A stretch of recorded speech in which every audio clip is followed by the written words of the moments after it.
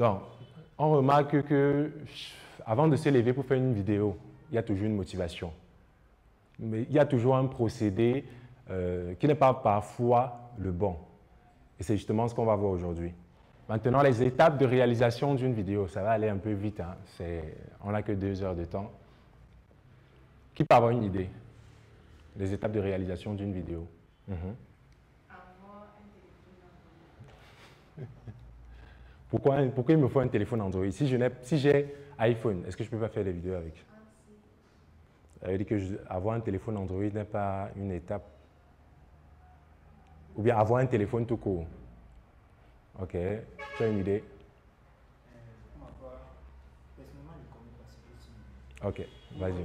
Pour réaliser une vidéo, il faut d'abord avoir un concept. Concept. Qui va donner la vidéo. Il faut avoir des images, soit des images, soit des vidéos proprement dites. Des images ou des vidéos? Peut-être des styles de films que tu vas y ajouter avec le son que tu vas mettre en arrière-plan.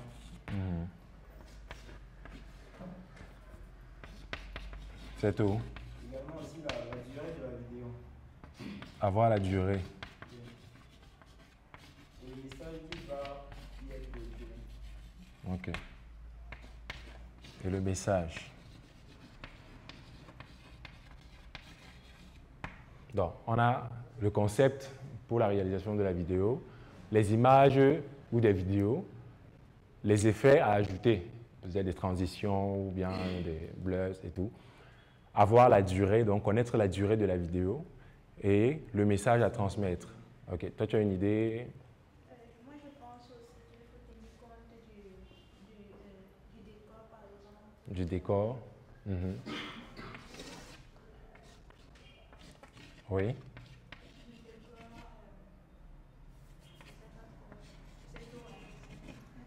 Ok. Concept, image, effet, la durée, le message, décor. Ce que vous venez de citer là, ce sont des éléments de la première étape dans la réalisation d'une vidéo. Et il n'y en a que 3. Quand je vais dérouler la première, vous allez pouvoir donner même les 2 autres. La première étape, c'est l'étape de pré-production. Ça signifie que la deuxième étape, c'est l'étape. Et la troisième, voilà, simplement. Voici les 3 étapes qu'on doit imprégner dans la tête lorsqu'on veut réaliser une vidéo. Donc à la base, tu dois te dire, ok, pré-production, production, post-production. La plus petite vidéo que tu vas réaliser, il y aura toujours des éléments dans chaque point dont tu auras besoin. Par exemple, en pré-production, voici quelques éléments à prendre en compte. Ce que vous avez dit ici est bon, mais comme j'ai dit, vous allez lister ça, oui, de la première étape, pratiquement tout ça. Quand on parle de pré-production, c'est justement l'étape avant la production. Et cette étape-là, c'est la plus importante, la plus complexe, la plus longue. C'est-à-dire, c'est l'étape où tu te prépares à réaliser la vidéo. La production, je peux déjà définir, ce n'est que placer la caméra et dire action. Bien sûr, il y a des éléments à prendre en compte pendant la production, mais c'est lors de la pré-production qu'on fait tout le travail. L'une des premières choses à faire lorsqu'on parle de pré-production, on va parler de définir l'idée et la forme de la vidéo. Ça, c'est le premier grand titre de la pré-production. Donc, définir l'idée et la forme. Tu dois te poser la question, pourquoi est-ce que tu veux faire la vidéo?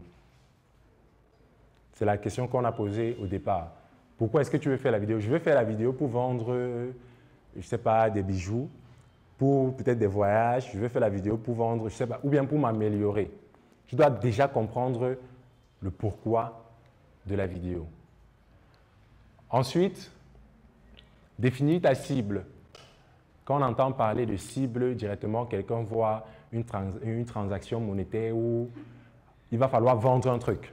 C'est vrai qu'on vend à tout moment, mais il ne s'agit pas, ce n'est pas uniquement quand il y aura un achat qu'on parle de cible. Lorsque tu réalises une vidéo, tu dois savoir exactement qui est-ce que tu veux atteindre avec ta vidéo.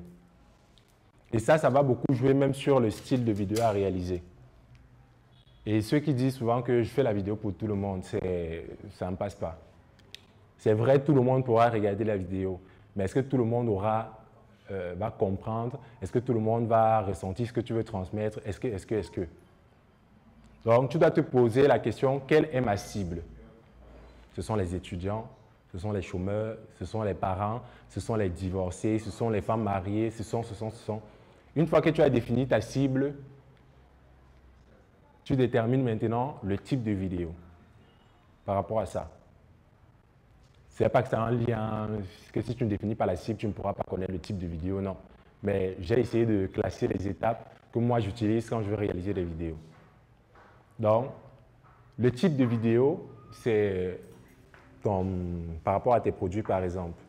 Il y a plusieurs types de vidéos à réaliser. Il y a par exemple des chroniques. Les chroniques où toi, tu peux prendre ton téléphone, tu décides de parler d'un produit que tu vends.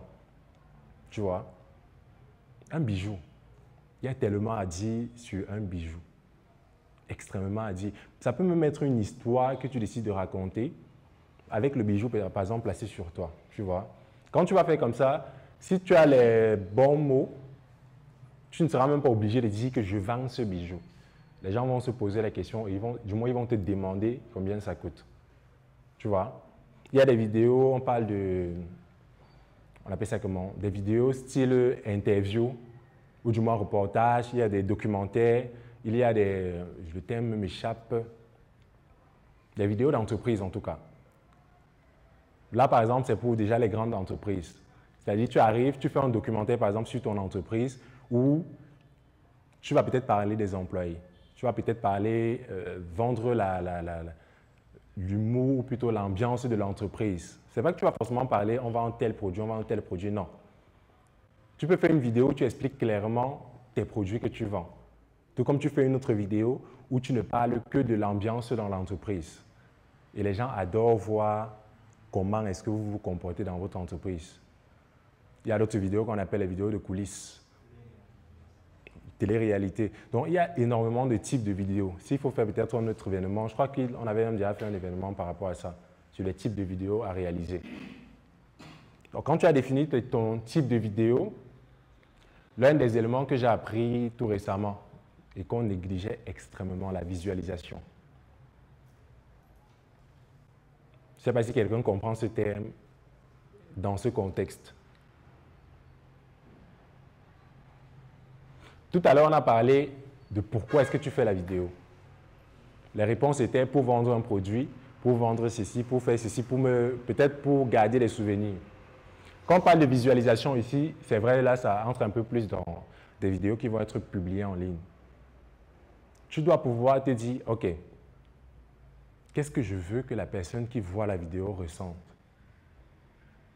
Elle doit sourire, elle doit pleurer, elle doit ressentir quelle émotion. Du moins, quel est le message, quelle est l'émotion? C'est plus l'émotion que tu veux transmettre. À travers l'émotion, il y a aussi, tu dois visualiser qu'est-ce que tu veux que la personne fasse quand elle va voir ta vidéo. Si tu ne te poses pas cette question-là, quand tu vas prendre les autres étapes de la pré-production, tu vas faire ça banalement et à la fin, quand tu vas publier, si tu as une page qui est à la portée, tu auras les likes, mais au final, tu n'auras pas ce que tu voulais. Donc, cette étape-ci est plus qu'importante. Tu dois vraiment pouvoir te dire, OK, tu t'assois avant de rédiger le contenu, tu t'assois, tu te dis, qu'est-ce que je veux transmettre?